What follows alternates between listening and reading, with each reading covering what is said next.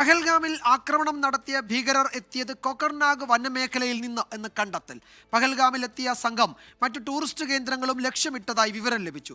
ഭീകരരുമായി ബന്ധമുള്ള 2500ഓളം പേരെ കസ്റ്റഡിയിലെടുത്തിട്ടുണ്ട്. പഹൽഗാം ഭീകരാക്രമണത്തിൽ NIA പ്രാഥമിക അന്വേഷണം പൂർത്തിയാകുമ്പോൾ നിർണായക വിവരങ്ങളാണ് പുറത്തുവരുന്നത്. പാക് സൈന്യത്തിലെ പാരാ കമാൻഡോ ആയിരുന്ന ഹാഷിം മൂസയടക്കം 3 ഭീകരരാണ് വെടി ഉതിർത്തത്. മറ്റൊരാൾ സമീപത്തെ വനമേഖലയിൽ ഒളിച്ചിരുന്നിരുന്നു. കോക്കർനാഗ് വനമേഖലയിൽ നിന്നും ഏപ്രിൽ 15-ന് പഹൽഗാമിൽ എത്തിയ ഭീകരർ ബൈസരൻ താഴ്വരയെ കൂടാതെ അരു താഴ്വര, ബൈത്താബ് താഴ്വരയടക്കം 4 ഇടങ്ങളിൽ ലക്ഷ്യം വെച്ചിരുന്നു. ആക്രമണത്തിന് ഉപയോഗിച്ചത് അത്യാധുനിക M4 കാർബൈൻ തോക്കുകളാണ്. ആശയവിനിമയത്തിനായി ഭീകരർ ഉപയോഗിച്ചത് ചൈനീസ് നിർമ്മിത സാറ്റലൈറ്റ് ഫോണുകളെന്നും അന്വേഷണത്തിൽ കണ്ടെത്തി. ഹിമാലയൻ വനമേഖലയിലെ കഠിന സാഹചര്യങ്ങളെ അതിജീവിക്കാൻ ഭീകരർക്ക് പാക് സൈന്യത്തിൽ നിന്നും പരിശീലനം ലഭിച്ചതായി റിപ്പോർട്ടുണ്ട്.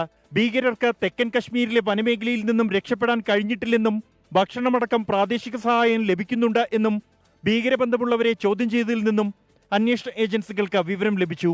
ഭീകരബന്ധമുള്ള പ്രദേശവാസികൾക്ക് വേണ്ടിയുള്ള അന്വേഷണം ഏജൻസികൾ ഊർജിതമാക്കി. 26 നിരപരാധികളുടെ ജീവനെടുത്ത കൊടും ഭീകരർക്ക് പാക് പട്ടാളത്തിന്റെ പ്രത്യക്ഷ സഹായം ലഭിച്ചിട്ടുണ്ടെന്നാണ് പ്രാഥമിക അന്വേഷണത്തിൽ കണ്ടെത്തിയത്.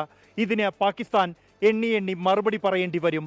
കാട്ടിലും നാട്ടിലും ഭീകരർക്കായുള്ള വേട്ട തുടരുകയാണ് ഏജൻസികൾ. പൂഞ്ചിൽ നിന്നും ജോഗേഷ് സിംഗിനൊപ്പം ബൽറാം നെടുങ്ങാടി, 24.